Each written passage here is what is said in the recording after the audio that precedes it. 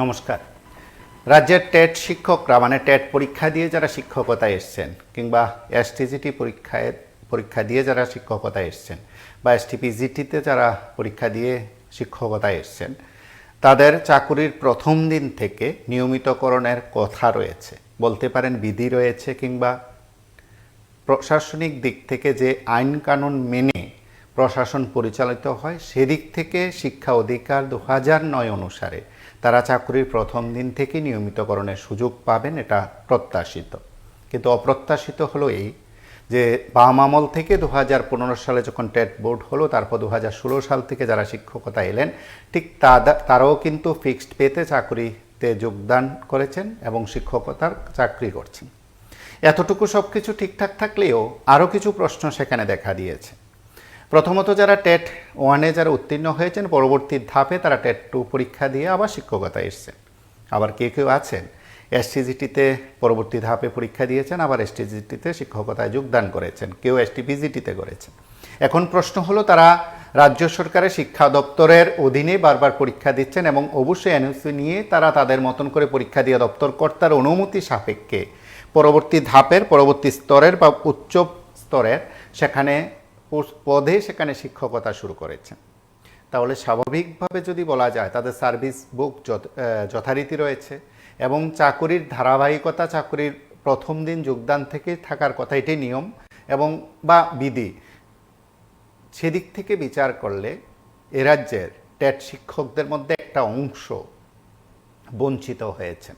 এখন প্রশ্ন হলো, এই বঞ্চনার কারণ কি রাজ্য সরকার নাকি শিক্ষা দপ্তরের আধিকারিকরা? এ নিয়ে তর্ক হতে পারে, বিতর্ক হতে পারে, প্রশ্নও থাকতে পারে। আমরা এতটুকু বলি যে এ রাজ্যে যারা শিক্ষকতায় যারা আছেন তাদেরও পেশাগত দাবি দেওয়া আছে। আমরা তো আর সব বিষয় এই জায়গা থেকে বলা সম্ভব নয়। দপ্তর, শিক্ষা দপ্তর কিংবা অর্থ দপ্তর যেভাবে তার ব্যাখ্যা দিতে পারবে আমরা ঠিক সেভাবে দিতে পারবো না। তবে আমরা এতটুকু বলতে পারি, শিক্ষক শিক্ষিকাদের বক্তব্য অনুসারে কিংবা তাদের মতামত অভিযোগ অনুসারে যে তারা আর্থিকভাবে বঞ্চনার শিকার এই রাজ্যে। এখন প্রশ্ন হলো, এর জন্য দায়ী কে? শিক্ষা দপ্তর নাকি সরকার? আবার কেউ বলবেন যে রাজ্য সরকার আন্তরিক, মুখ্যমন্ত্রী থেকে শুরু করে বা বলতে পারেন 2018 সালে বিজেপি সরকার আসীন হওয়ার পর যে কয়েকটি সিদ্ধান্ত গ্রহণ করা হয়েছে তার মধ্যে কেউ বলবেন বাকি সিদ্ধান্তগুলো না হোক, আলোচনা বাইরে থাকুক। শিক্ষক শিক্ষিকা কর্মচারীদের ক্ষেত্রেও সিদ্ধান্ত নেওয়া হয়েছে, ইতিবাচক সিদ্ধান্ত নেওয়া হয়েছে। এখন কেউ বলবেন যে এই সিদ্ধান্তের পরেও কি বঞ্চনা থাকে? আপাতত হিসাব নিকাশের দিক থেকে বঞ্চনা একটি শব্দ, সেটা বড়ও হতে পারে কমও হতে পারে। কেউ বলবেন সেটা বিরাট বঞ্চনা, আবার কেউ বলবেন এটা কম বঞ্চনা, কেউ বলবেন বঞ্চনা চিরকাল ছিল এবং থাকবে। চাকুরিতে অবসর নেওয়ার প্রাক মুহূর্ত পর্যন্ত তিনি বা তারা বঞ্চনার কথা বলবেন। আবার কেউ এটাও বলবেন যে সত্যিতে যে নিয়মে দেওয়ার কথা সে নিয়মে তো দেওয়ার যেতেই পারে। এখন প্রশ্ন হলো, নিয়ম কে তৈরি করেন? নিঃসন্দেহে কেন্দ্রীয় সরকার এবং তার অধীনস্থ সংস্থাগুলো। কেউ বলবেন শিক্ষা অধিকার আইন 2009 মোতাবেক তা হবে। কেউ বলবেন প্রতিযোগিতামূলক পরীক্ষা দিয়েছেন, তারা টেট পরীক্ষা দিয়েছেন, টিপিএসসির মাধ্যমে পরীক্ষা দিয়ে যখন চাকরিতে যোগদান করেন সেদিক থেকে যদি চাকরির প্রথম দিন থেকে নিয়মিতকরণের সুযোগ পান, সেদিক থেকে কেন টেট টিআরবিটি পরিচালিত টেট উত্তীর্ণরা যারা শিক্ষকতা এসছেন কেন পাবেন না? প্রশ্ন করতেই পারেন। উত্তর তো এই জায়গা থেকে দেওয়া সম্ভব না, শিক্ষা দপ্তরের আধিকারিক সরকারের প্রতিনিধিরা দেবেন। এখন যারা এই টেট শিক্ষকরা যারা আছেন তারা সত্যি সত্যি বঞ্চনার শিকার কার কারণে? এ নিয়ে অনেক তর্ক হলো, অনেক আলোচনা হলো, দীর্ঘদিন ধরে আলোচনা হয়েছে। এই অনুষ্ঠান থেকে যেমন হয়েছে, আমরাও চেষ্টা করি তাদের প্রত্যেকে নিয়ে কথা বলার জন্য। সর্বশেষ আপনারা মানে টেট শিক্ষকদের মধ্যে প্রায় সকলেই জানেন যে ত্রিপুরা উচ্চ আদালতে দুটো দিক থেকে মামলা হয়েছে এবং দুটো মামলা পরবর্তী সময় একসাথে হয়েই শুনানি হয়েছে। সম্প্রতি শুনানি শেষ হয়েছে, এখন রায় বের হওয়ার অপেক্ষায় আছেন টেট শিক্ষকরা।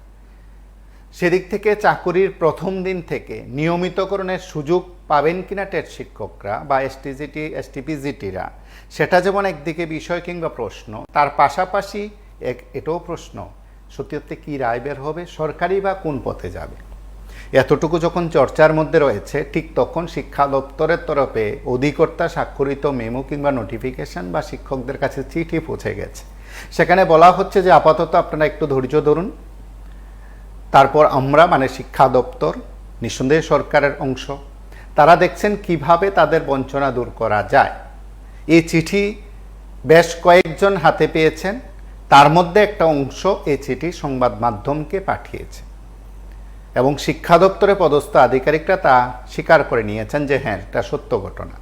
আমরা সেদিক থেকে সাহস নিয়ে এই অনুষ্ঠান থেকে বলছি, শিক্ষা দপ্তর আপাতত অবগত হয়েছে যে টেট শিক্ষকরা কিংবা এসটিজিটি এসটিপিজিটিরা আর্থিকভাবে বঞ্চনার শিকার, সেটা শিক্ষা দপ্তরের আধিকারিকরা জেনেছেন বা জানেন এবং স্পষ্টত তারা স্বীকার করেছেন। আমরা এই জায়গা থেকে তাকে নিশ্চিত করতে পারি, যেহেতু এই চিঠি এবং এই কপি রয়েছে আমাদের কাছে।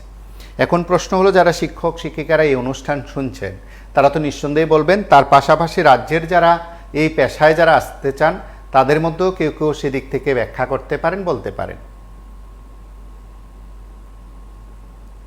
এখন এই কয়েকটি বিষয় নিয়ে আমরা যখন উত্থাপন করলাম, আপনাদের প্রত্যেকের কথাগুলো আমরা জানার চেষ্টা করলাম এবং অবশ্যই আপনারা কথা বলবেন। রাজ্যের নানা দিক থেকে বঞ্চনার কথা শোনা যায়, নানা মহল থেকে বঞ্চনার কথা শোনা যায়। আর্থিক বঞ্চনার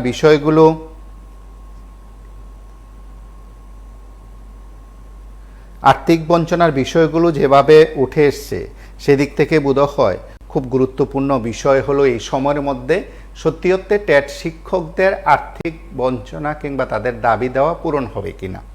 আমি একটি সংগঠন রয়েছে টেট শিক্ষকদের, বাকিরা সংগঠিত বা অন্য সংগঠনও থাকতে পারে। এখন প্রশ্ন হলো, যারা সংগঠিত তারা কয়েকটি বিষয় সেখানে উল্লেখ করেন এবং এই বিষয়গুলো নিয়ে অনেকে কথা বলেন।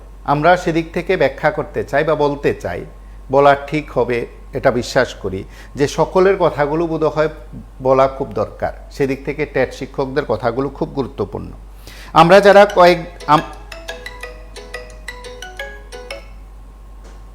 নমস্কার, কে বলছেন? হ্যালো। হ্যাঁ বলুন। হ্যাঁ, আমি 2022 সালের টেট কোয়ালিফাইড ক্যান্ডিডেট। হ্যাঁ বলুন। তো আমরা প্রায় 1.5 বছরের উপরে, কিন্তু আমাদের আজও যে শিক্ষামন্ত্রী উনি আমাদের কবে নিয়োগ করা হবে বা আমরা যে এতদিন ধরে বসে আছি, কোনো ধরনের স্টেপ বা কোনো ধরনের পদক্ষেপ কোনো হয়নি।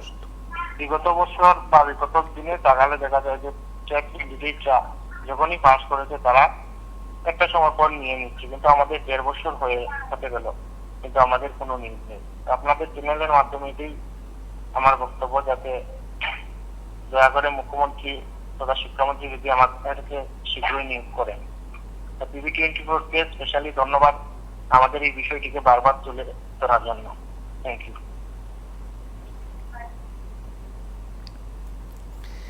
আমরা বোধহয় কয়েকটি বিষয় পরিষ্কার করে বলতে পারি। আপনাদের প্রত্যেকের কাছে আমরা যে কয়েকটি কথা প্রতিদিন তুলে ধরার চেষ্টা করি, সেটা হলো আপনাদের ভাবনা, আপনাদের দৃষ্টিভঙ্গি অনুষ্ঠানে প্রকাশ করা। প্রত্যেকে কথাগুলো শুনছেন এবং যারা রাজ্যের বিভিন্ন জায়গা থেকে, অবশ্যই আশা করি টেট শিক্ষকরা যারা এই অনুষ্ঠান শুনছেন, কথাগুলো শুনছেন, তারা অনেকে স্বীকার করবেন যে হ্যাঁ, কথাগুলোর সাথে তাদের যে দাবি, তাদের বিষয় সেখানে যুক্ত রয়েছে। নমস্কার, কে বলছেন? হ্যাঁ বলুন। যেই কর্মচারীদের কথা আপনারা বলছেন, যেমন আপনারা বললেন যে আইন কে তৈরি করে? কেন্দ্রীয় সরকার। তো কেন্দ্রীয় সরকার যেমন আইন তৈরি করে, রাজ্য সরকার আইন তৈরি করে। যদি কেন্দ্রীয় সরকারের আইনে সব চলতো, যদি কেন্দ্রীয় সরকার যেখান যে কর্মচারীরা দিয়ে আপনি টিভির সাউন্ড হইচই থেকে একটু বেরিয়ে আসুন, একটু হইচই থেকে বেরিয়ে আসুন। হ্যাঁ, এবং আমরা বোধহয় আপনাদের প্রত্যেকের কাছে একটু কথা বলার চেষ্টা করি, প্রত্যেকের কাছে বিষয়গুলো উত্থাপন করার চেষ্টা করি। যদি সরকার পক্ষের কেউ শুনেন, সরকারের কেউ প্রতিনিধি যদি এই অনুষ্ঠান শোনেন, তাহলে অবশ্যই বলবেন যে হ্যাঁ, এমন কয়েকটি বিষয় রয়েছে বা এমন কয়েকটি বিষয় আমরা প্রতিদিন ব্যাখ্যা করার চেষ্টা করি। যারা আমাদের সঙ্গে কথা বলেন, আমাদের সঙ্গে নিয়মিত যারা যোগাযোগ করেন, তারা বলতে চান। আমরা সেদিক থেকে বলি যে চলুন না সকলে মিলে যে কয়েকটি বিষয় আমরা উত্থাপন করে, তার মধ্যে অবশ্যই আছেন প্রত্যেকের দাবি পূরণ করার বিষয়। আমরা তো আর কেউ পূরণ করার নই। আমরা অবশ্যই কোনোভাবে কোনো বিষয় উত্থাপন করার পর সেটা আমরা সরকারের কাছে তুলে ধরতে পারি বা সরকারের প্রতিনিধিদের দৃষ্টি আকর্ষণ করতে পারি, এতটুকুই। তার বাইরে থেকে আর বোধহয় আমাদের কাছে আর বেশি কিছু করার নেই। যারা দপ্তরের আধিকারিকরা যারা আছেন, দপ্তরের লোকজন যারা আছেন তারা নিঃসন্দেহে ভাবছেন, এবং অনেকে আছেন আমাদের কাছে, অনেকেই বলছেন বা এটাও স্বীকার করে নিচ্ছেন যে তারাও তো এই দাবিগুলো উত্থাপন করেছেন। কেউ আদালতে গেছেন, কেউ বা আদালতে না গেলেও তারা তাদের দাবিগুলো দপ্তরে তুলে ধরেছেন। আমরা জানি রাজ্যের ট্যাট শিক্ষকরা, বা একটু স্পষ্ট করে বললে ট্যাট টিচার্স ওয়েলফেয়ার অ্যাসোসিয়েশন বিভিন্ন জায়গায় সেখানে আন্দোলন কর্মসূচি সংগঠিত করেছেন। তারা বিভিন্ন সময় অর্থমন্ত্রীর কাছে গেছেন, আগের অর্থমন্ত্রীর কাছে গেছেন, বর্তমান অর্থমন্ত্রীর কাছে গেছেন, বিভিন্ন সময় জেলা শিক্ষা আধিকারিকদের মাধ্যমে মানববন্ধন কর্মসূচির মাধ্যমে ডেপুটেশন দিয়েছেন। মুখ্যমন্ত্রী থেকে শুরু করে বলা যেতে পারে সরকারের প্রতিনিধিদের কাছে তাদের বিষয়বস্তু তুলে ধরার জন্য গণডেপুটেশনের পাশাপাশি গণস্বাক্ষরও তারা সংগ্রহ করেছেন। নমস্কার, কি বলছেন? হ্যাঁ, নমস্কার। ভেরি সেনসিটিভ একটা বিষয়, কারণ হ্যাঁ। আমরা যে বিষয়টা নিয়ে আপনি কথা বলছেন, আমাদের সামনে আপনি তুলে ধরেছেন, রিয়েলি এটা প্রত্যেকের ভাবনার বিষয় এবং চিন্তারও বিষয়। কারণ সরকার যদি এই বিষয়টা গুরুত্ব না দেয়, সরকার যদি শুনেও না শোনার মতো থাকে, তাহলে এটা কিচ্ছু করার থাকে না। আপনি একটা জিনিস শুধু আমি বলতে চাই যে টিচার টেট 2 হোক, টেট 1 হোক, কিংবা এসটিজিটি পিজিটি যারাই হোক টিচার, এই টিচারদের আমরা নিয়োগ করি আগামী দিনের ভবিষ্যৎ প্রজন্মকে ঠিক করার জন্য। এই তাদের উপর নির্ভর করে আমাদের দেশ পরিচালিত হয় কিভাবে। এবার তাদেরকে যদি আমরা তাদের যে ফ্যাসিলিটি, তাদের যে দাবিগুলো, সেগুলো যদি আমাদের উচিত সবার আগে, সরকারের উচিত সবার আগে এই শিক্ষকদের দাবি পূরণ, শিক্ষকদের চাহিদা পূরণ, তাদের দৈনন্দিন যে তাদের যে প্রবলেম গুলো হচ্ছে এগুলো দেখা। তো সেখানে যদি শিক্ষকরাই দাবি পূরণের পর থেকে পিছিয়ে থাকে, তারাই যদি এগুলো রীতিমতো আন্দোলন করতে হয়, তাহলে এর থেকে সেন্সিটিভ বিষয়, এর থেকে দুর্ভাগ্যের বিষয় কিছু হতে পারে না। এবার 37 লক্ষ ত্রিপুরাবাসী, আমরা প্রায় 40 লক্ষ ত্রিপুরাবাসী, এই ছোট্ট ছোট্ট দাবিগুলো কয়েকজন টিচার বা আমরা কয়েক হাজার টিচার, এখানে যদি আপনি পূরণ করতে ব্যর্থতা হন, তাহলে অন্যান্য রাজ্যের দিকে তাকালে সেখানে আমাদের চোখ ঘুরে যাবে দিকে।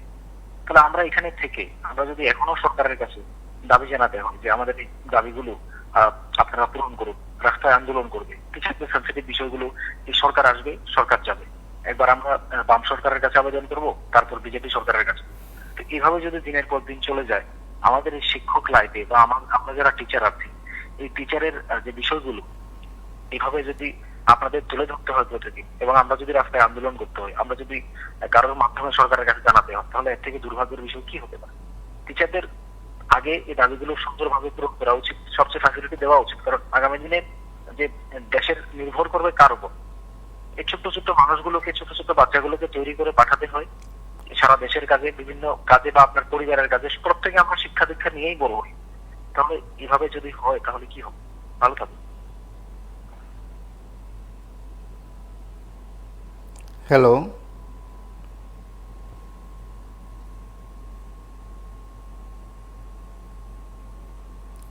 হ্যালো,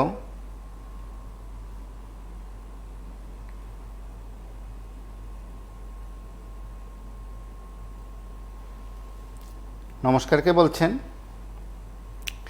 এখন প্রশ্ন হলো যে কি কারণে এই সময়ের মধ্যে ট্যাট উত্তীর্ণ শিক্ষকরা যারা আছেন, যারা চাকরিতে যোগদান করেছেন, ঠিক তাদের চাকরির প্রথম দিন থেকে কেন নিয়মিতকরণ করা হলো না, নিয়মিত বেতনক্রম কেন তাদের দেওয়া হলো না? ফিক্সড পেতে বাম আমলে তারা চাকরিতে যোগদান করেছেন, ঠিক এই প্রথা এখনও রয়েছে।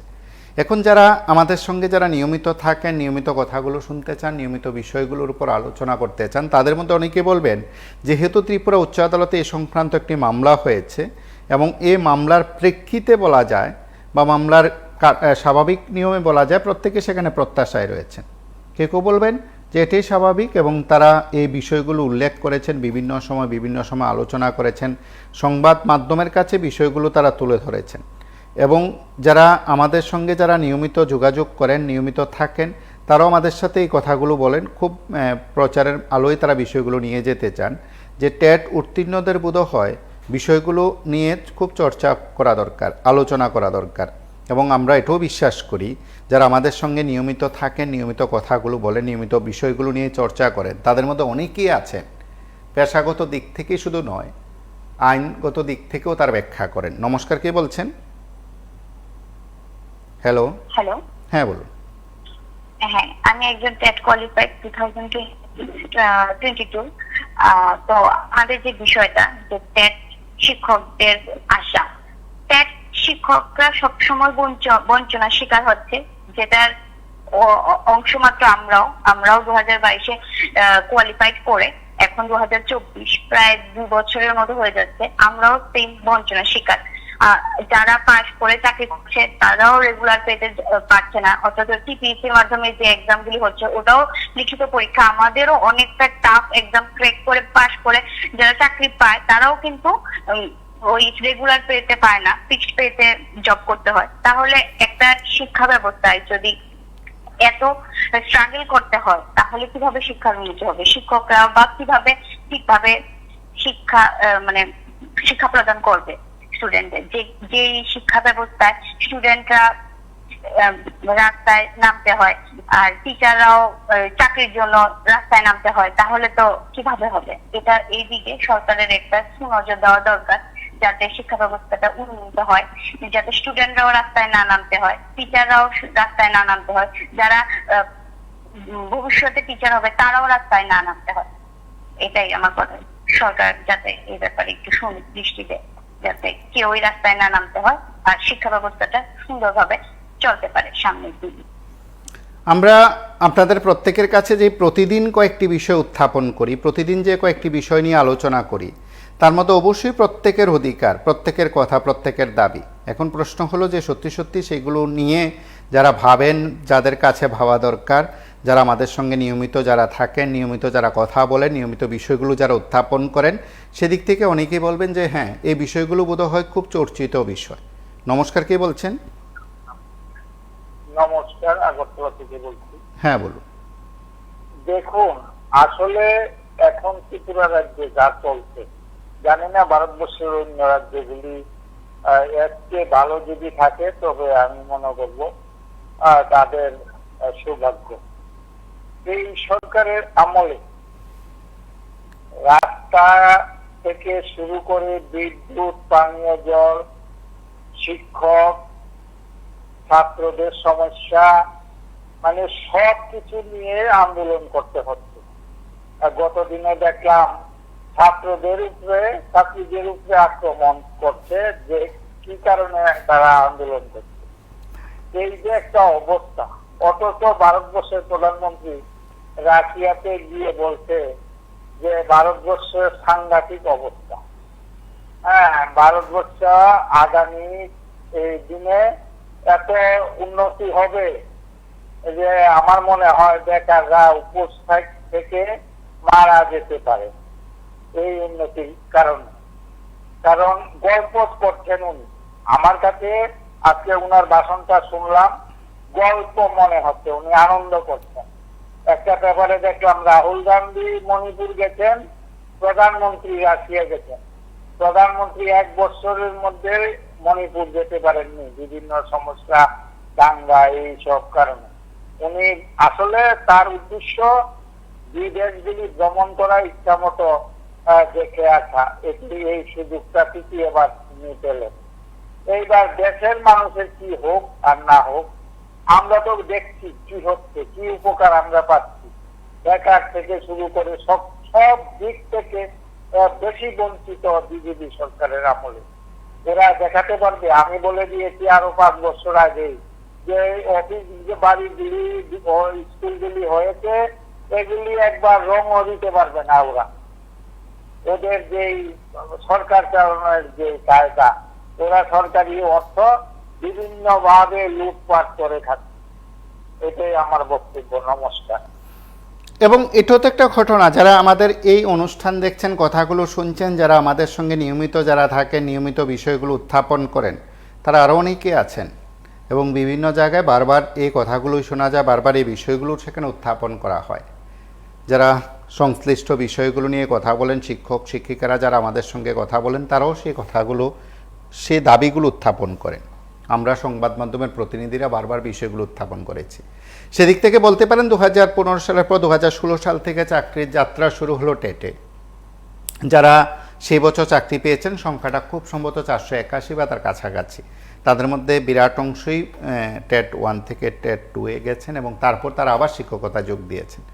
তাদের যখন চাকরির 5 বছর পূর্ণ হলো, তখন তারা জানতে পারলেন যে তাদের সার্ভিস বুক অনুসারে চাকরির ধারাবাহিকতা ছিল না, যেহেতু তারা সেখানে দপ্তরের অনুমতি নিয়েও যদি তারা পরীক্ষা দিয়েছেন, পরবর্তী ধাপে গেছেন বা উচ্চ স্তরে গেছেন, তখন দ্বিতীয় ধাপের যে চাকরিতে তারা যোগদান দিয়েছেন বা তৃতীয় ধাপে যারা চাকরিতে যোগদান দিয়েছেন, অনেকে আছে টেট 2 থেকে এসটিজিটিতে গেছেন, ঠিক তাদের প্রত্যেককেই বলে দেওয়া হয়েছে চাকরির প্রথম দিন নয়, যখন দ্বিতীয়বার যখন তারা চাকরিতে যোগদান করেছেন সেই সময় থেকে 5 বছর গণনা শুরু হলো। নমস্কার, কে বলছেন? মিহির বাবু, লাইভে আছেন, কথা শোনা যাচ্ছে। আচ্ছা, আমি কমলপুর থেকে বলছিলাম। হ্যাঁ, বলুন। আজকে আপনারা যে প্রোগ্রামটা করছেন টেট শিক্ষকদের আশা নাকি? অবশ্যই। আমাদের তো আশা বলতে মানে কিছুই নেই। আমাদের যে একটা সংগঠন আছে TTWA, ঠিক আছে, Tripura TET teacher welfare association, ওরা তো যারাই লিডিং পজিশনে আছেন, যারা এটার কর্ণধার বা যারা নেতৃত্বে আছেন, ওনারা আগরতলাতে বসে থেকে মাঝে মধ্যে দেখি ওই শিশুদের বস্ত্র দান করে, শিশুদের বিভিন্ন পড়ার সামগ্রী দান করে, এই করেই তাদের আন্দোলন সীমিত। তো তাদের তরফ থেকে আমরা কিছুই পাইনি, আজকে অব্দি কিছুই পাইনি। আমি একজন টেট শিক্ষক, ঠিক আছে, তাদের তরফ থেকে আমরা আজকে অব্দি কিছুই পাইনি। কিন্তু আমরা শুনতে পেয়েছি যে কতিপয় শিক্ষক শিক্ষিকারা মিলে হাইকোর্টে একটা রিট পিটিশন করেছে। টিভির সাউন্ডটা একটু বন্ধ করবেন? আচ্ছা, টিভির সাউন্ড বন্ধ করে একটু কথা বলুন, বা একটু টিভি থেকে একটু দূরে থাকুন। ঠিক আছে, টিভির সাউন্ড আমি মিউট করে দিচ্ছি। ওকে। তো আমরা শুনতে পেয়েছি যে ত্রিপুরা রাজ্যের কিছু সংখ্যক শিক্ষক শিক্ষিকারা মিলে হাইকোর্টে একটা রিট পিটিশন করেছেন, ঠিক আছে।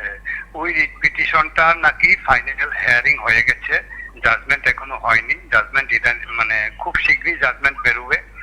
তো ওদেরকে আমাদের তরফ থেকে অসংখ্য অসংখ্য ধন্যবাদ। আমি একজন সাধারণ টেট শিক্ষক হিসেবে বলছি, যারাই এই মৌখিক উদ্যোগটা নিয়েছেন বা মহতি কাজটা করেছেন, ওদেরকে আমার তরফ থেকে এবং আমরা যারা ভিকটিম টিচার আছি আমাদের তরফ থেকে অসংখ্য ধন্যবাদ।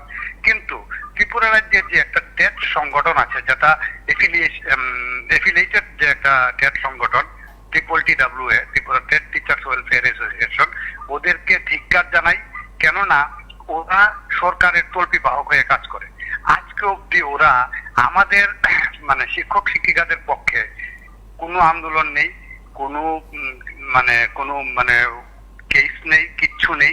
ওরা শুধু বলে আমরা কথা বলেছি, দিয়ে দেবে, এই সংগঠন হয়েছে, এই হয়েছে, সেই হয়েছে, হেনা তেনা বলে আমাদের মতো যারা দূর দূরান্তে আমরা চাকরি করি আমাদের মাথায় হাত বলিয়ে সেই সংগঠনের যারা নেতৃত্ব, ওরা আগরতলায় বসে থেকে বাড়ির সামনে চাকরি করে, মানে অনেক পয়সা টিউশনি করে এই বাণিজ্য চালিয়ে যাচ্ছে।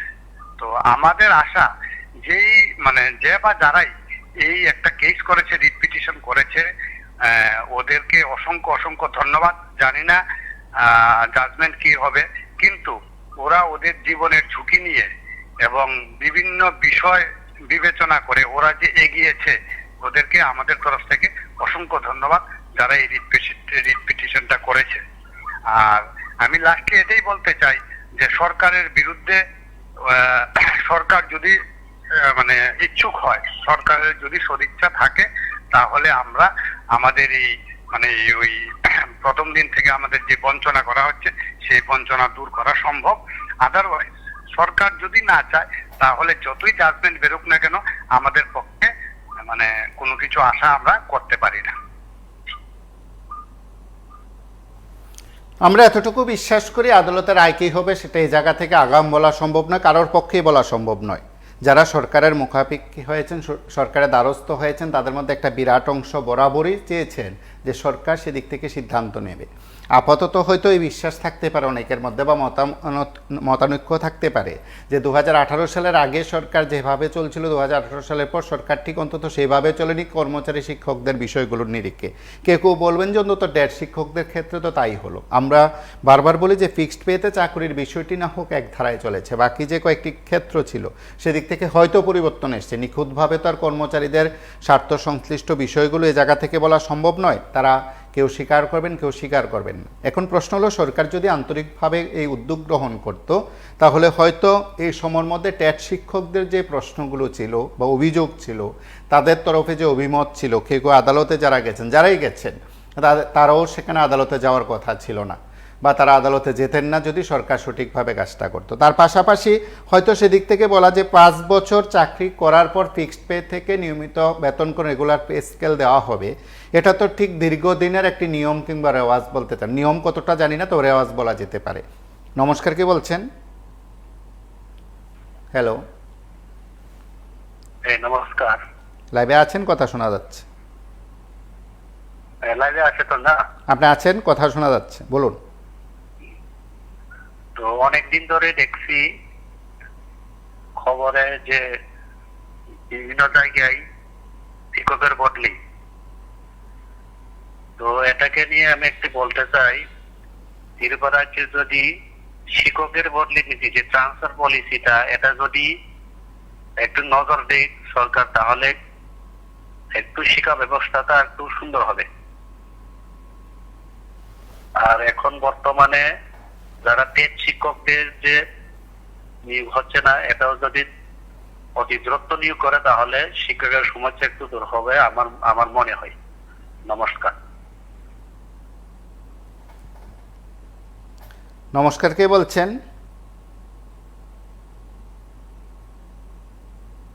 হ্যালো,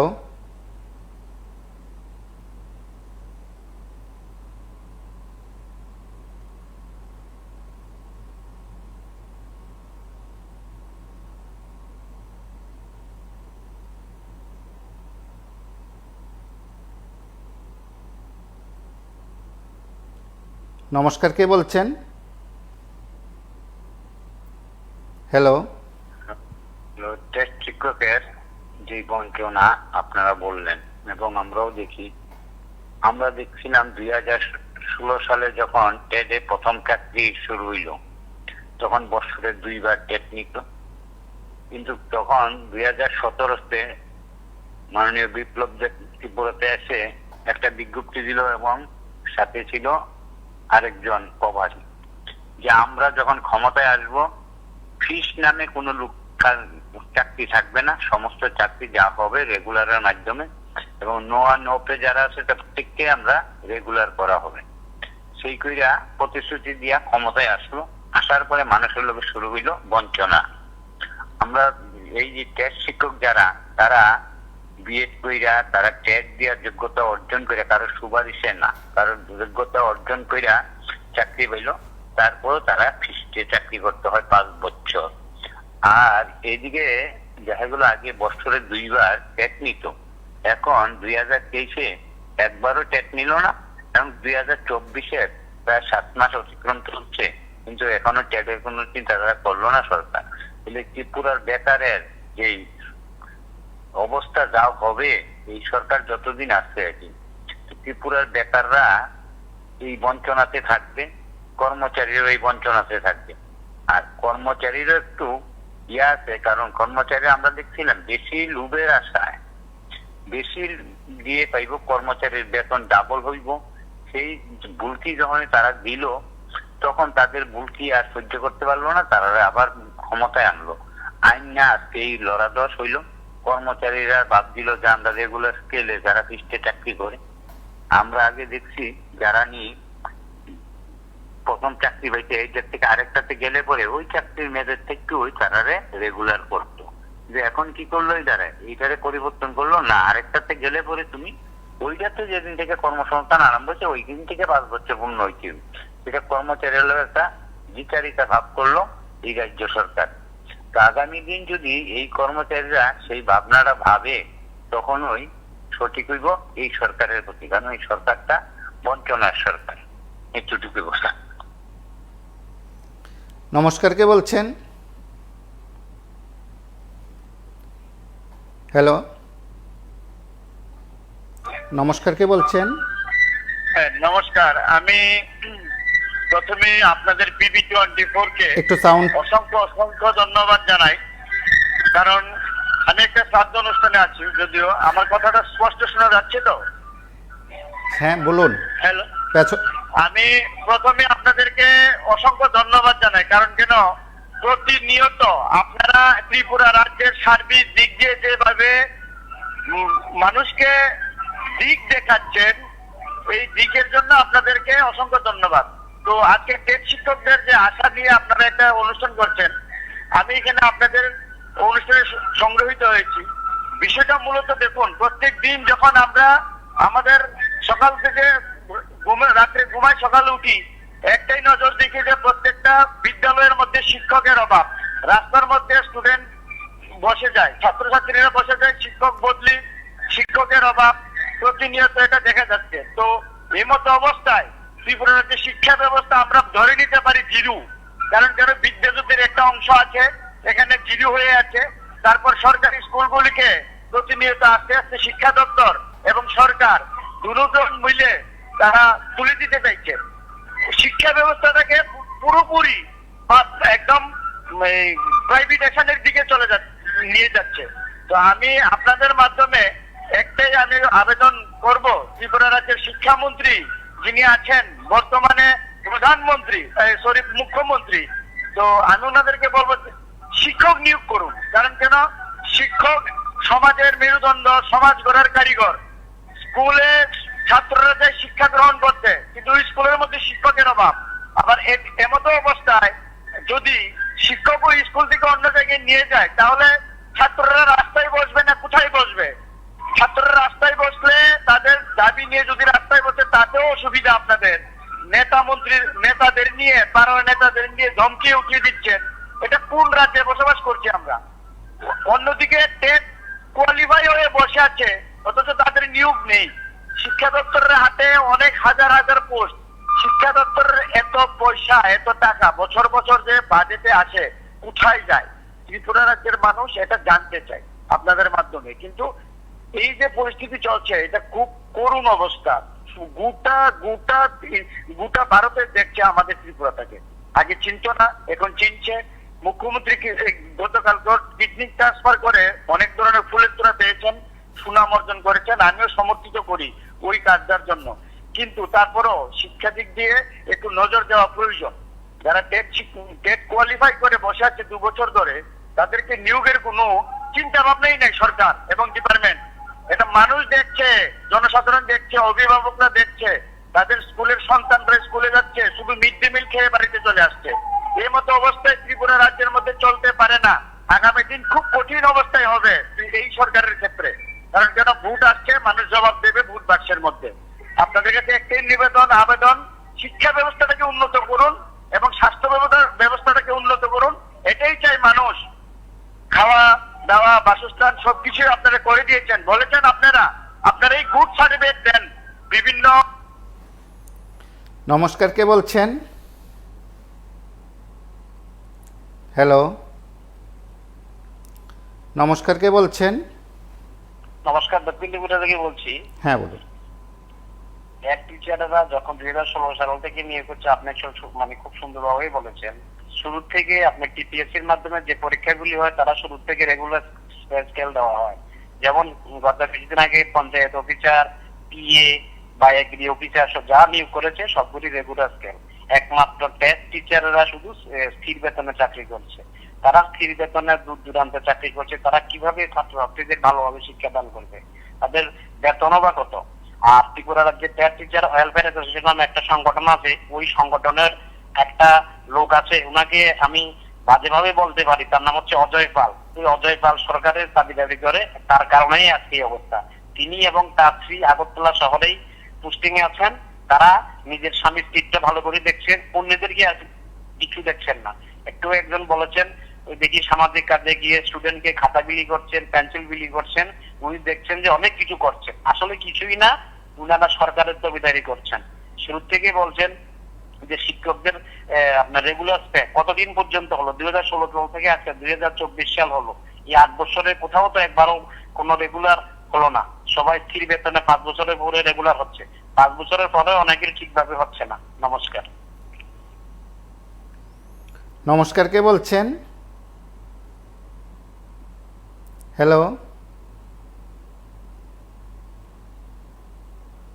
নমস্কার, কে বলছেন? হ্যালো,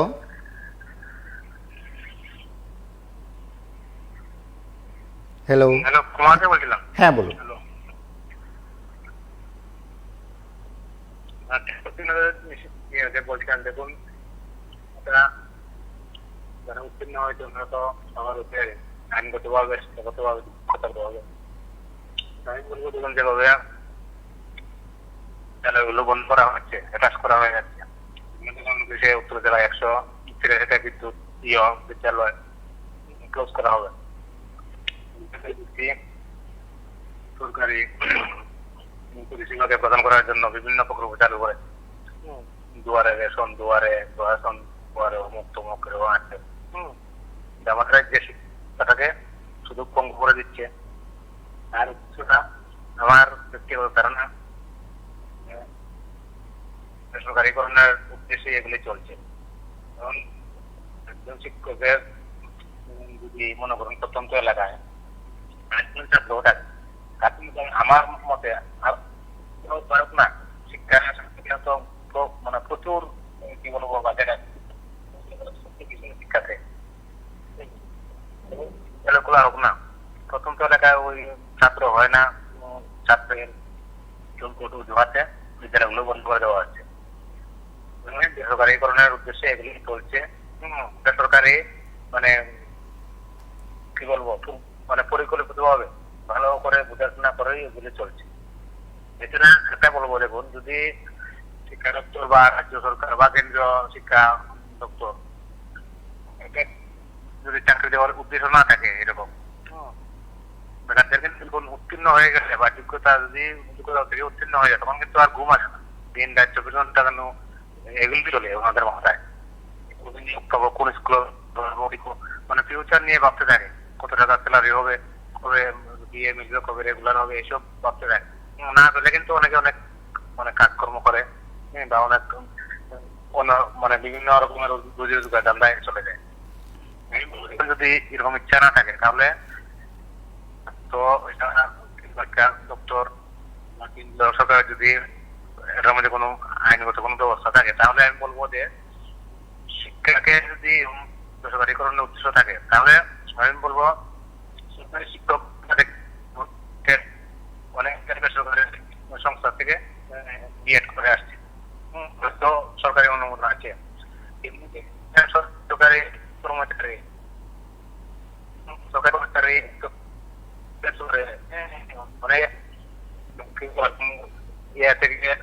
মানে ডি পর্যন্ত সরকারি দপ্তরে কাজ করে আপনাদের ছেলে মেয়েদেরকে বেসরকারি স্কুলে লেখাপড়া করাচ্ছে, বহিদেরকে বেসরকারি সংস্থায় ভর্তি করে দিচ্ছে। কিন্তু উত্তীর্ণ হয়ে আসার পর বলবে যে রাজ্য সরকারি চাকরি লাগে। তাই ওরকমটা আইন করা হোক, যারা বেসরকারি সংস্থা থেকে ডিগ্রি নিয়ে উত্তীর্ণ হয়েছে ওনাদেরকে যেন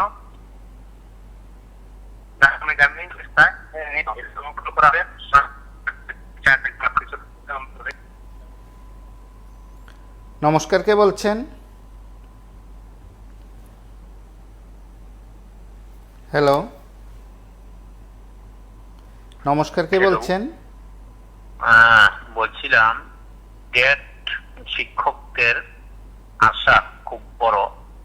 আসলে যে আশা তো থাকে, সমস্ত কর্মচারী কিন্তু একটা আশার করে কিন্তু কাজ করেছিল 2018 নির্বাচনে, যখন 10,000 চাকরি শেষ হয়ে গেল ত্রিপুরাতে, যখন টেটের মাধ্যমে চাকরি নিয়োগ আরম্ভ হলো। এর আগেই কিন্তু আপনার বিজেপি গভর্নমেন্ট থেকে প্রতিশ্রুতি কিছু দিয়েছিল, 100-র উপরে প্রতিশ্রুতি দিয়েছিল 18 নির্বাচনের আগে, যে তারা টেট পরীক্ষা রেগুলার হিসেবে তারা নিবে এবং বিভিন্ন কর্মচারী মহলের কেন্দ্রীয় হারে বেতন দিবে। তারপরে কেন্দ্রীয় হারে সমস্ত কিছু পাওনা দাওনা কর্মচারীরা দিয়ে দিবে। আর শিক্ষকরা টেটের মাধ্যমে রেগুলার হিসাবে নিয়োগ করবে। আর টেট এত কঠিন জিনিস, এইভাবে কঠিন ভাবে পরীক্ষা দিয়ে তারা পাস করে একটা চাকরি পায়, তাদের চাকরি রেগুলার দেওয়া হয় না। এটা গভর্নমেন্টের কোন আকুলে হয়, কিভাবে হয়, এটা আমাদের আসলে বোধগম্য হয় না। সমস্ত চাকরি থেকে এখন কঠিন হচ্ছে টেটের শিক্ষকের চাকরিটা, যেহেতু তারা টেট উত্তীর্ণ হয়ে একবার পড়াশোনা করে তারপরে বিএড পাস করে তারপরে টেট উত্তীর্ণ হয় তারপরে চাকরি পায়, তাহলে মানে কঠিন ব্যাপার। তাহলে মাননীয় শিক্ষামন্ত্রীরা, মাননীয় মুখ্যমন্ত্রীরা কি সেই জিনিসটা বুঝতে পারছেন? কত কষ্ট করে ছাত্ররা এই জায়গা আসেন, ওনারাও তো পড়াশোনা করেছেন। ওনার তো এতটুকু শুনেছি যে ওনাকে যখন এই দাঁতের ডাক্তার ছিল মাননীয় মুখ্যমন্ত্রী, ওনাকে প্রমোশন যখন বামপন্থী গভর্নমেন্ট।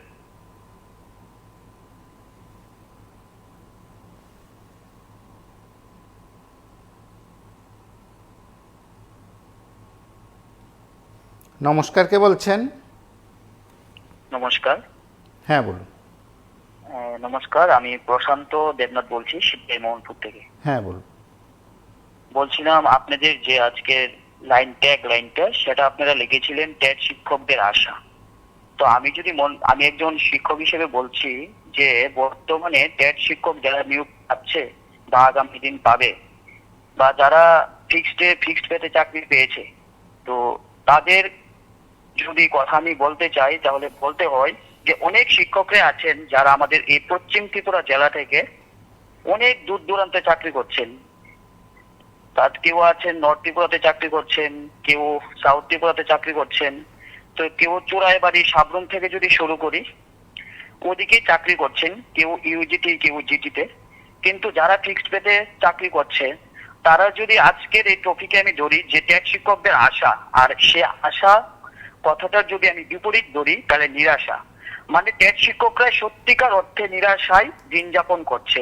যারা দূর দূরান্তে চাকরি করছে ফিক্সড পেতে, তাদের ঘর ভাড়া দিয়ে তাদের বাড়িতে যদি পরিবারের কেউ অসুস্থ থাকে তাহলে আপনি বেসিক পে যেটা আছে তারা 20,475 টাকা পাচ্ছে। ওখান থেকে আপনি দেখবেন প্রায় 10-15 হাজার টাকা তাদের খরচে চলে যাচ্ছে। তাদের হাতে আর কিছুই থাকছে না ভবিষ্যতের জন্য বা চলতে। তারা খুবই কষ্টে ভাবে চলছে। যারা দূর দূরান্তে চাকরি করছে তাদের কষ্ট শুধু তারাই বলতে পারবে যারা ওইখানে চাকরি করছে।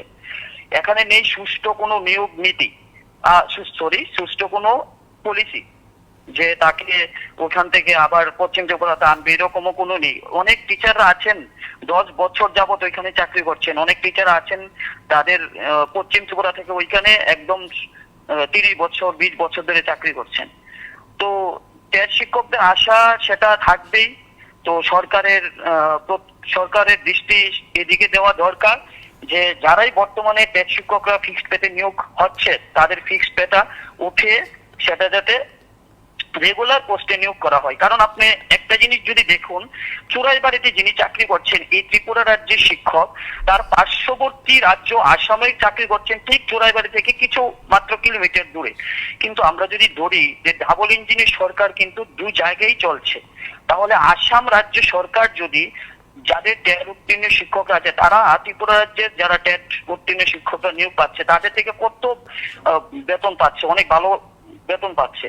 তাহলে ত্রিপুরা রাজ্যের যারা টেট শিক্ষকরা যারা বিএড ডিএলএড করে এই জায়গায় আছেন তারা জানেন অনেক কঠিন সংগ্রাম লড়াইয়ের পরেই কিন্তু এই জায়গাটায় আছেন। কিন্তু এই যে ফিক্সড প্রথাটা সেটা শুরু করেছিল ত্রিপুরা রাজ্যের যে গভর্নমেন্টই শুরু করেছিল। আমি বলবো যে এই রাজ্যে বর্তমান যে সরকার আছেন এই সরকার যেন অতি দ্রুত এই ফিক্সড প্রথাটা বন্ধ করে রেগুলার পোস্টে শিক্ষকদের রেগুলার পোস্টে নিয়োগ করে। তাহলে আগামী দিন শিক্ষকরা যে বঞ্চনা শিকার বর্তমানে হয়ে যাচ্ছে সেই শিকার থেকে শিক্ষকরা রক্ষা পাবে এবং শিক্ষকের যে চাকরিটা, শিক্ষক সে পশ্চিম ত্রিপুরা থেকে চোরাইবাড়িতে যদি তার পোস্টিং হয় ওখানে যদি ইউজিটি সে চাকরি করে 17,000-18,000 টাকা বেতন পাচ্ছে, তাহলে ও কিভাবে চলবে ওইখানে? তো এই জিনিসটা সরকার অবশ্যই দেখা দরকার এবং সুষ্ঠু একটা বদলি নীতি করা দরকার, যেখানে শিক্ষকরা কোনো ডিস্ট্রিক্টে নিয়োগ হলে যে তুমি এত বছর পরে এই জায়গাতে আবার আসতে হবে। অনেক শিক্ষকরা আছেন যারা 10 বছর 15 বছর 20 বছর চলে যাচ্ছে ওই জায়গাতেই। তো এটাই বলবো যে রাজ্য সরকার যেন ফিক্সড পথাটা বন্ধ করে রেগুলার পোস্টে নিয়োগ করে, এই জিনিসটাই ডাকবো। নমস্কার, কে বলছেন? হ্যালো,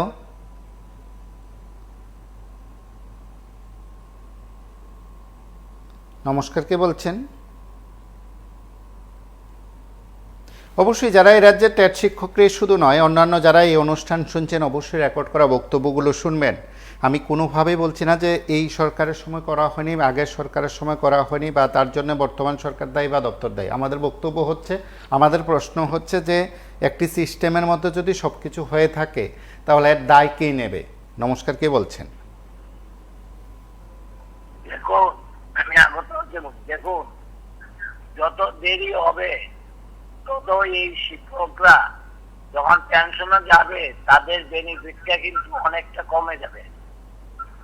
আমার মনে হয় সরকার দ্রুত, যদিও কোর্টে হাইকোর্টে কেস আছে, কেসটাকে সরকারি ইচ্ছা করলে তাড়াতাড়ি করে একটা ডিসমিস করে ওদেরকে রেগুলার করতে পারে। কারণ ওরা যে টাকাটা পায় সেটা ঠিকই গ্রামেগঞ্জে যারা আছে ঘর ভাড়া দিয়ে তাদেরকে সবাইটা টিউশনি করতে পারে না, তো এদের চলতে খুবই কষ্ট হচ্ছে।